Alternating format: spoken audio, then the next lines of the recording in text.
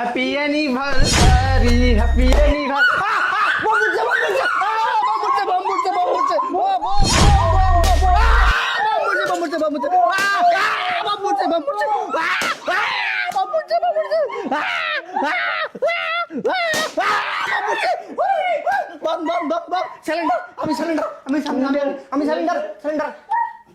কিরে হিমানি, কিসের শব্দ হলো? মনে হচ্ছে বোম ফুটছে, কেউ বোম মারছে, সবাইকে বুঝতে হবে।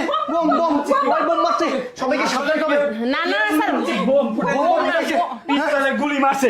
পিস্তলের গুলি মারছে রে, খুঁজ সবাই খুঁজ রে, শেষ করে ফেলাইছি সব। স্যার মাথা ঠান্ডা করুন। আমি বলতেছি আপনাকে, এখানে কোনো বোম ফোটা নাই। আমাদের এখানে না একজন সন্ত্রাসী ঢুকে পড়ছে। সন্ত্রাসী ঢুকে পড়ছে? হ্যাঁ ঠিক, এই জায়গায় সন্ত্রাসী আছে। হ্যাঁ হ্যাঁ, আপনি ঠিক বলছেন, আপনি ঠিক বলছেন। স্যার খুঁজতে হবে, সন্ত্রাসী খুঁজতে হবে। আরে এখানে বেলুন পড়েছে। চুলা বেলুন কেন এখানে? তাহলে বোম ফুটছে কোথায়?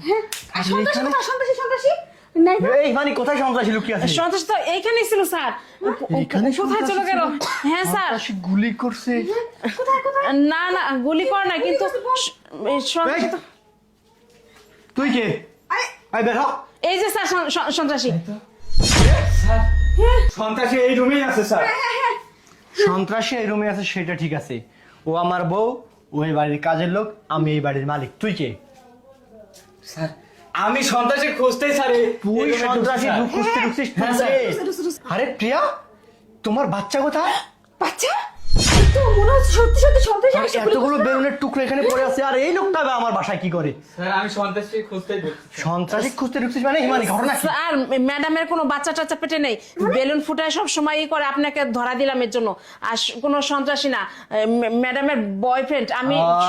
এতক্ষণে বুঝতে পারছি, তাহলে এই ঘটনা।